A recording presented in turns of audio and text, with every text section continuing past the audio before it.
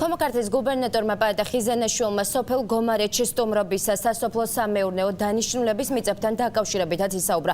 გასხვისებული მიწები ადგილობრივი მოსახლეობისთვის ერთ-ერთი მთავარი პრობლემაა. მხარის პირველი პირი სოფლის მაცხოვრებლებს თემის დეტალურ განხილვას და გამოძიებას დაპირდა. გომარეთის მოსახლეობას აღნიშნულ საკითხთან დაკავშირებით ქართული დასის ლიდერი ჯონდი ბაღათორია შეხვდა.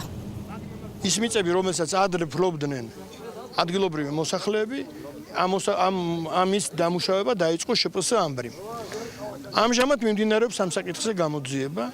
ჩვენ უნდა დაველოდოთ გამოძიების როგორც კი დამთავრებას, მანამდე არ უნდა ჩავერიოთ და მოსახლეობას მოუწოდე, რომ არავითარ შემთხვევაში არ გამოიწვიონ არავითარი თვითნებობა, არ შეუშალონ ხელი ხუნათესვის პროცესს. ჩვენ აქ ვიმჯილოთ, რომ ერთადერთი ყველაზე კარგი გამოსავალი იქნებოდა თუ სოფლის საკრებულოს ან ადგილობრივ საკრებულოს, ან ადგილობრივ მუნიციპალიტეტს გადმოეცემა ცენტრალური ხელისუფლებიდან ეს, ასე იგი, მფლობელობაში და მე უკვე აქ ხალხი და გამგებელი ჩანს, რომ არიან კოორდინაციაში და აქ მოხდებოდა სამართლიანი გადანაწილება.